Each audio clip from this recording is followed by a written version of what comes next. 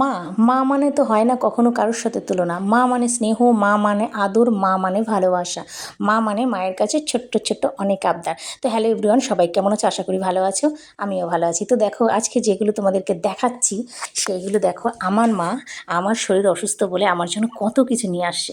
তাই তোমাদেরকে শেয়ার না করে আমি আর পারলাম না। তো দেখো ওই যে মা আরও কত কিছু এনে এনে এনে এনে আমার সামনে তুলছে। দেখো এখানে এনেছে ঠান্ডা, এনেছে, আমি তরমুজ ভালো খাই তাই তরমুজ এনেছে, পেয়ারা, শসা, লেবু, বেদানা, মানে যত ধরনের ফল আছে বাজারে সমস্ত কিছু। আর প্রেশার লো বলে খেজুর খেতে হবে, তার জন্য খেজুরও নিয়ে এসেছি। তারপরে মিষ্টি, ঠান্ডা, তারপরে দেখো কাঁচা বাদাম, তারপরে আবার আরও অনেক কিছু, মানে এত কিছু এনেছে তোমাদের কি বলবো। আবার দেখো এই যে আম নিয়ে এসছে।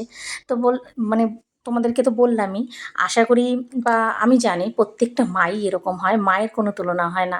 মা যখন শোনে তার কোনো সন্তান শরীর অসুস্থ বা খারাপ বা কিছু, দেখো আবার দেখো কত ধরনের বিস্কুট এনেছে। সবে এই যে আসলো আমার মা। তো এত কিছু কি করে নিয়ে আসলো, আমি তাই বলছি মাকে যে মা তুমি এত কিছু নিয়ে চলে এসছো। আমি যা যা ভালো খাই, যা যা খেলে আমার ভালো হবে সমস্ত কিছু, যতই স্বামীর কাছে থাকি না কেন, হাজব্যান্ড যতই যা খাওয়াক না কেন, তবুও মায়ের মন কি মানে। তাই দেখো মা সমস্ত কিছু নিয়ে চলে এসছে আমাকে দেখতে। আমার শরীরটা একটুখানি খারাপ ছিল তো তার জন্য। আর দেখো এইখানে ছোটো মেঘাও এসেছিলো, তো ওকে একটু ভিডিও করে নিলাম। আর এই দেখো আমার মেয়ে আর আমি ঘেমে পুরো স্নান। তারপরে বসে পড়লাম দুইজনে, মা মেয়েতে একটুখানি আম খাচ্ছিলাম। মা সে আম যে আম এনেছে সে আম দুজনে মিলে একটু খাচ্ছিলাম, দেখছিলাম। আর আমি দেখো ঘেমে পুরো একাকার হয়ে গেছি। এত গরম এত গরম, আমরা বারান্দার রুমে বসে থাকি প্রত্যেক দিন, এখানেই একটু থাকি, মানে গরমে আর টিকতে পারছি না। তো আম খেয়ে নিলাম। তারপরে গরম এত লাগছে তো বললাম তরমুজটা কাটা যাক। এটা ফ্রিজে রেখে দিয়েছিলাম মানে ঠান্ডা হওয়ার জন্য।